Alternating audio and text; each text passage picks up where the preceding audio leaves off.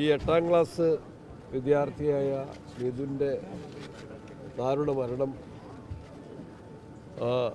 നാടിനെയും നമ്മളെ എല്ലാവരെയും വേദനിപ്പിക്കുന്നു. അതിലെ വലിയ ദുഃഖത്തിന് ഞാനും പങ്കുചേരുകയാണ്.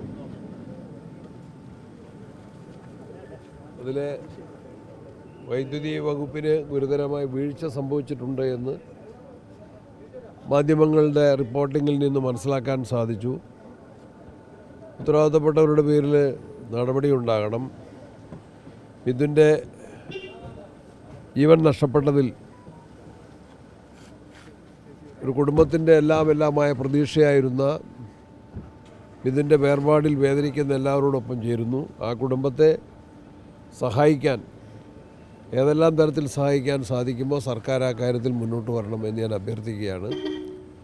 ഞാനിപ്പോൾ ഇവിടെ ഒന്ന് ഓർമ്മിച്ചത്, ഇത് ഈ അടുത്ത മാസങ്ങളിൽ തന്നെ രണ്ടാമത്തെ സംഭവമാണ്. വൈദ്യുതി വകുപ്പിൻ്റെ അനാസ്ഥ കൊണ്ടാണ് നിലമ്പൂരിൽ തെരഞ്ഞെടുപ്പ് സമയത്തായിരുന്നു എങ്കിൽ പോലും ഒരു 10ാം ക്ലാസ്സുകാരൻ ഷോക്കേറ്റ് മരിച്ചതെങ്കിൽ ഇവിടെ അതിനേക്കാൾ പ്രായം കുറഞ്ഞൊരു വിദ്യാർത്ഥിയാണ് മരണപ്പെട്ടത്. ഇത് നമുക്കെല്ലാം വലിയ വേദനയുണ്ടാക്കുന്നു. ഇതിന് ഉത്തരവാദികൾ ആരെന്ന് കണ്ടെത്തണം. അതിന് ഗവൺമെൻറ് തയ്യാറാകണം. നാടിൻ്റെ ദുഃഖത്തിൽ പങ്കുചേരുന്നു. ആ കുടുംബത്തെ സഹായിക്കാനുള്ള സർക്കാരിൻ്റെ ഉത്തരവാദിത്തം നിർവഹിക്കപ്പെടുമെന്ന് പ്രതീക്ഷിക്കുന്നു. അതിനായിട്ട് ആവശ്യപ്പെടുന്നു.